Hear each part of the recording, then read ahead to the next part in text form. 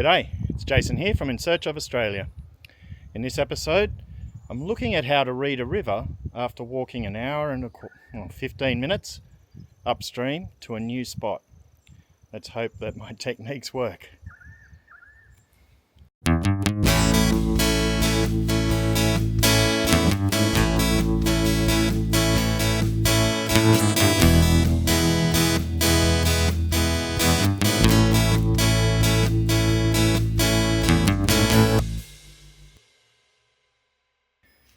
Usually you look for bends in rivers and go to the inside bend, but you can get gold on straights. So this straight in the river arrives at a whole lot of bedrock, and you can see all the material that's caught up here. So this natural sluice here, bedrock and crevices cutting across, has caught all of these large rocks, some very big quartz there as well. But if I'm going to go at this sluice, as we know, whenever you put material in a sluice, the heavies tend to drop at the top. So I'm going to start from there and then I'll work my way down. Even though in theory you do get gold earlier in the bedrock crevices, the problem here is that when I dug down into the crevice, it was smooth like this. And I wasn't getting any clay material. So in reality, all this material that's been caught here is all still very loose, and there's no, well, there was one speck of gold, but relatively no gold whatsoever. So now I'm going to try a few more techniques in the middle. With almost no flow in the river, I'm really doing a bit of pot luck trying to dig up overburden and test. It means that I do get a lot of shallow spots that aren't really worth digging. So I'm not showing those on camera, those tests. It's a bit of a waste of your time. But I'll show you my next target. So you can see the main part of the river will wash down that side, and that's where all the smooth bedrock is. What I did notice though was here, we've got a bit of a bank that got cut away here. And I did a little bit of a test, and now I found the right spot. As you can see, it's about 8-9 specks of gold. So this will be worth digging deeper. So what you can see here, it's almost like a bit of a pool with a lot of material in it. I moved this rock back, quite sizable, but then there were more underneath, and there's, I guess, what you'd call a false bottom. That's where you sort of hit a whole lot of gravel or larger rocks and it feels like you're hitting the bedrock.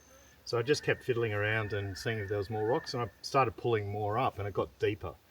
So as you'll see here,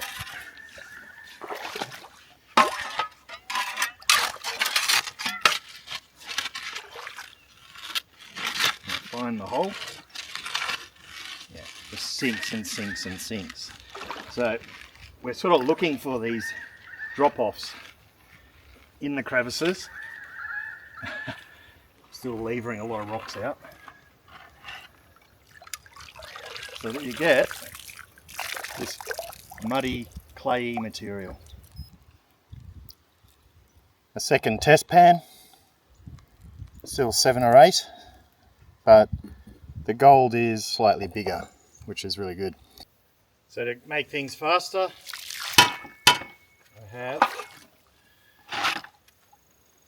what I call the Vic, the bucket classifier, and I'm just going to shovel as much as I can, sift as much as I can, try and fill the bucket, and then pan furiously.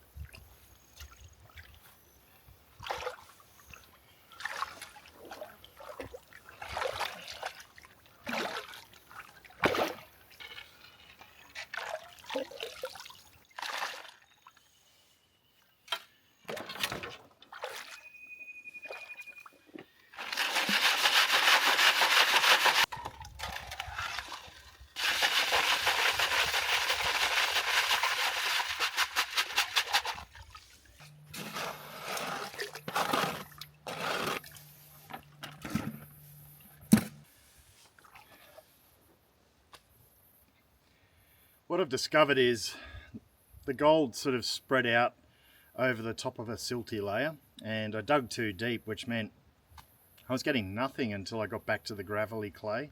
So I have to sort of dig sideways. I'm going to try a test just to the right, sort of more into the river from where I was digging. That's what I'll test now, just to see if my theory is right, that the gold's sitting just above that silt level. I'm going to show the whole panning here because some people mistake the editing for very fast panning. Essentially, at the beginning, while there's a lot of material, I'm going to agitate a lot to try and get any gold down to the bottom. So this is sort of stratifying it, and that's putting the heavier things on the bottom. You can actually be quite vigorous here because the gold's heavy. It's going to go to the bottom. If it's very sticky, then you might even do that with your hands just to loosen it. And now I'm going to the side-to-side motion and angling it slightly. Letting that top run off. Each time I agitate, the gold's sinking again. Which means if you agitate it enough, you can do it quite fast.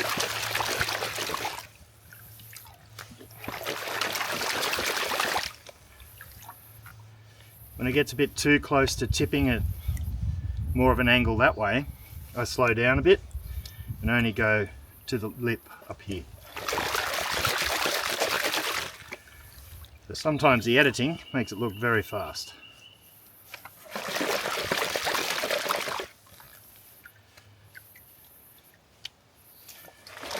And this is sort of important, this bit, because you do get pans that have quite a lot of gold in it, and you'll see the gold now, especially as you clear that top part.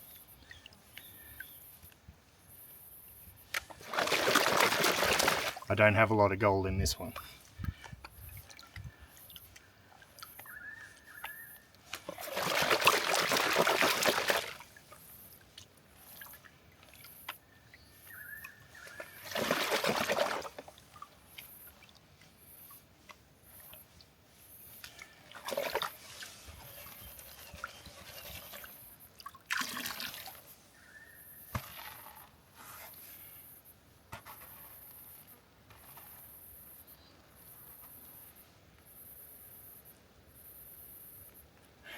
Wasn't kidding.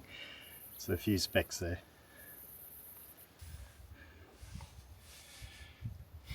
Time to move on, I think. I could keep digging that area and probably get a fair bit of gold. But what I really want to show you is lots of different places that you might find the gold. And crevices and bedrock are very obvious ones. Trying to find them around bends in river and where the rivers have actually eroded is the other trick. Hey, wait a moment. Stop! Yes, this is the biggest brown snake I've encountered personally. I walked past its head actually in the shadow there when I came up the bank, and I'm now showing you some footage from the non-pointy end to give you a sense of its size. It's a timely reminder that at this time of year, wear gumboots.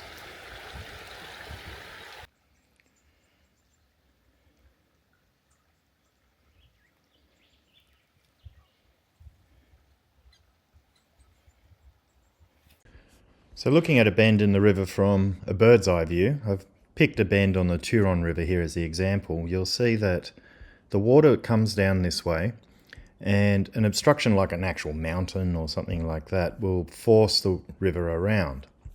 Now, you can see a little creek coming in here as well, which indicates that the mountain's up in this area. So when the river hits this point, most of the velocity is going there, along that line. And of course, it gets pushed around this way.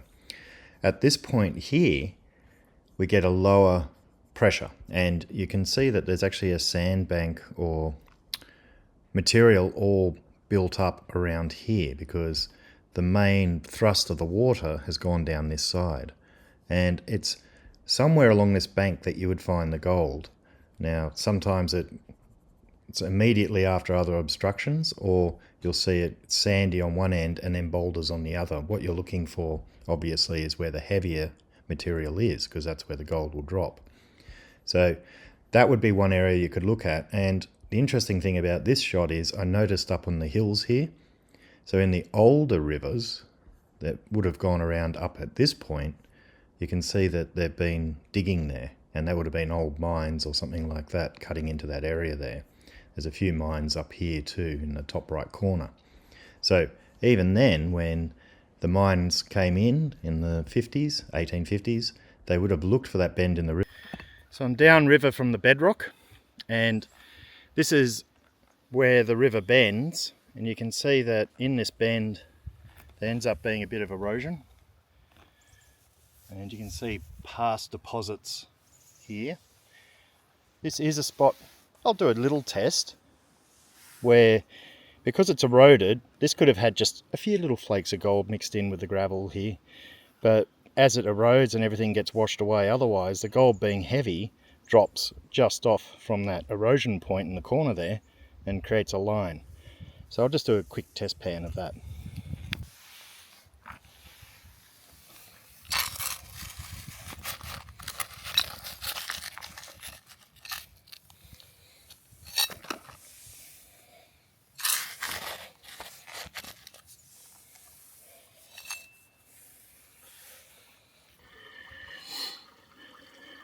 And there's the gold from the inside bend, just under the erosion.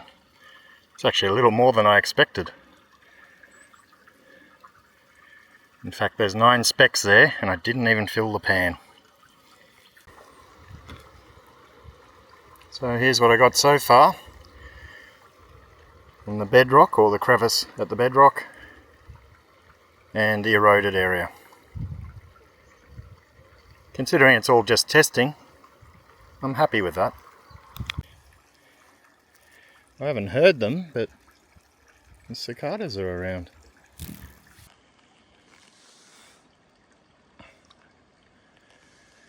Other places you can consider are behind obstacles.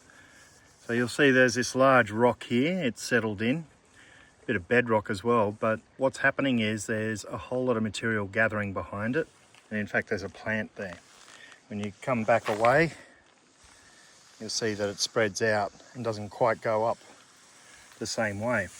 So what happens here is the rock stops the water a bit, which slows it down behind it. And so the gold actually can drop in these areas here, not over there.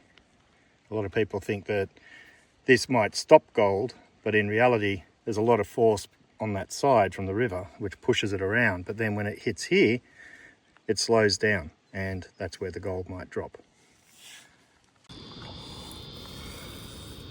So my final takings from today, looks nice, upside down smile. It's not a great deal of gold, but all I was doing was testing, and you still end up with some gold. My final piece of advice reading rivers is test, test, test. Even though a lot of these theories tend to give you gold, you will find that sometimes there's nothing there for various reasons, and other times you'll find gold in places you don't expect. So ultimately, use these as general guides, but then have a look around for things like compacted gravels, large rocks deposited in places. They can indicate that gold might be there. I hope you enjoyed.